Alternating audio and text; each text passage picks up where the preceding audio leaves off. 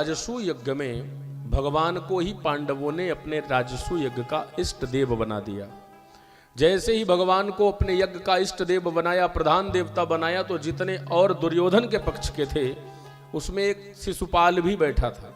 शिशुपाल तो उस दिन से पानी पी पी के गाली दे रहा था जिस दिन भगवान ने उसकी पत्नी का हरण कर लिया। भाई पत्नी तो रुक्मणी जी उसकी होने वाली थी, शादी तो रुक्मी ने लगवाई थी अपने मित्र शिशुपाल से, पर दुल्हन हो ही नहीं पाई। बेचारा डोली लेके आया था, घर में माँ और बहन सब इंतजार कर रही थी कि आज भाभी जी आएंगी, बहू रानी आएंगी, और मुंह छुपा के मुंह काला करके उसी डोली में खुद वापस गया कि दुल्हन का तो लेके कृष्ण भाग गया।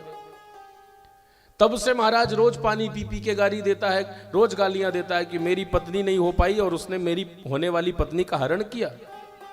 सुबह से उठ के रात तक गाली देता है महाराज। आज मौका मिल गया, सामने ही था और गलती से पांडवों ने राजसू यज्ञ का प्रधान देव और बना दिया। जैसे ही देखा तो महाराज गालियां देने लगा। अर्जुन आदि ने सुना, अर्जुन से सहा नहीं गया। उद्धव आदि ने भी कहा कि भगवान बताइए, आप कोई उल्टी सीधी कह रहा है, आप चुपचाप खड़े हैं।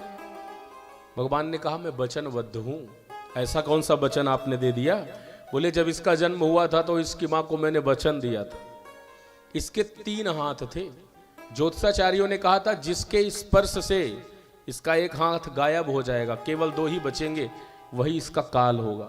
इसकी मैया क्या करती, जैसे ही कोई घर में आता बधाई देने तो अपने शिशु को उठा के उसकी गोदी में दे देती, मुझे पता तो चले कौन मारेगा। जैसे ही कृष्ण आए जन्मोत्सव में तो भगवान कृष्ण को भी उठाया और शिशुपाल को गोदी में दे दी। कन्हैया ने लिया तो एक हाथ गायब हो गया, 2 ही बचे। हाथ जोड़ने लगी, कृष्ण मेरे बालक को तुम मारना मत, क्योंकि ब्राह्मणों ने कहा है कि जो इसका स्पर्श से हाथ गायब होगा वही इसका काल होगा। तुम इसे बचाना, इसे छोड़ देना।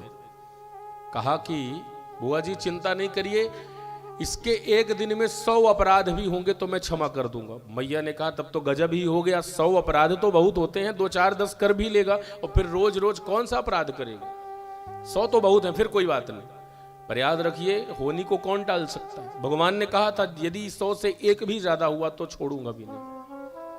आज शिशुपाल गाली देने लगा। भगवान ने एक बार सचेत किया, शिशुपाल तुम्हारी मां को मैंने वचन दिया है एक दिन में 100 अपराध मेरे सन्मुख करोगे तो मैं छोड़ दूंगा, पर 101 हुआ तो छोड़ूंगा नहीं। याद रखिए जब व्यक्ति आग बबूला होता है ना तो सबसे पहले उसकी मति ही मारी जाती है। क्रोध आते ही वाणी का संयम खो जाता है, और जैसे ही वाणी का संयम खोता है तो बुद्धि अपना काम करना बंद कर देती है, फिर कुछ भी उल जलूल हम बकने लगते। भूल गया कि भगवान है, ये नारायण है साक्षात। इन्होंने सचेत भी किया है कि 100 अपराध से ज्यादा नहीं होने चाहिए। इतनी गालियां दी महाराज की भूल बैठा, गिनती पूरी हो गई। भगवान ने फिर समझाया 100 अपराध हो चुके हैं शिशुपाल, अब बिल्कुल नहीं। मानता कहा महाराज, 101 हुए। भगवान ने उसी समय सुदर्शन छोड़ दिया, सिरहा छुरांत चक्रेण जहारा पद तो रिपु। उसी समय सुदर्शन से धड़ से सर अलग हो गया और उस दुष्ट को भी भगवान ने उद्धार कर दिया।